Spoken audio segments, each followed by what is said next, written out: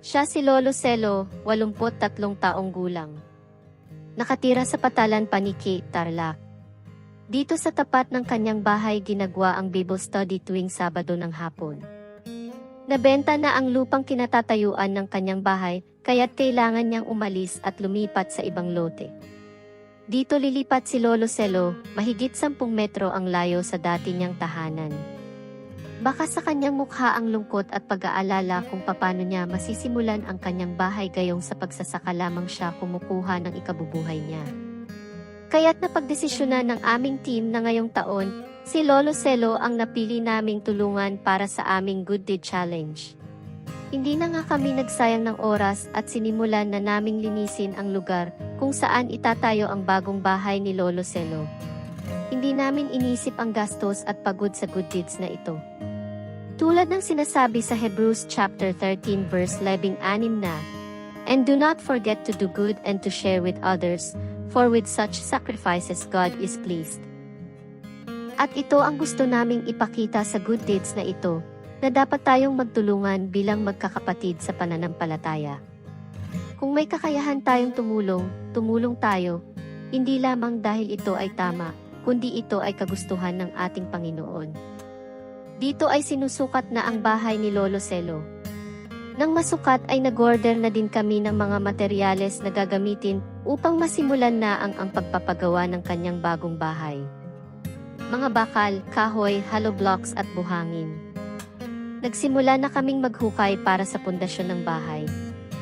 Lahat ay tumulong sa kagustuhang matulungan si Lolo Celo. Na pati mga uwak ay tunay na ginamit ng Panginoon para tulungan ang kanyang mga anak. Nasusulat sa libro ng Galatians chapter 6 verse 2, "Carry each other's burdens, and in this way you will fulfill the law of Christ." Kita sa mukha ni Lolo Celo ang tuwa at saya dahil sa ating pagtulong upang tugunan ang kanyang problema. Unti-unti ngang naitatayo ang kanyang bahay sa tulong ng kanyang mga anak at ibang mga kaibigan. Tunay na nakakapagod at nagsakripisyo ang lahat sa good deeds na ito.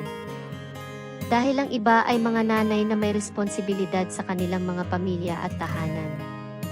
Ang iba ay may mga trabaho na dapat gampanan. Pero dahil sa lakas at biyaya ng ating Panginoon, ang lahat ay nagawang tumulong para sa good deeds na ito.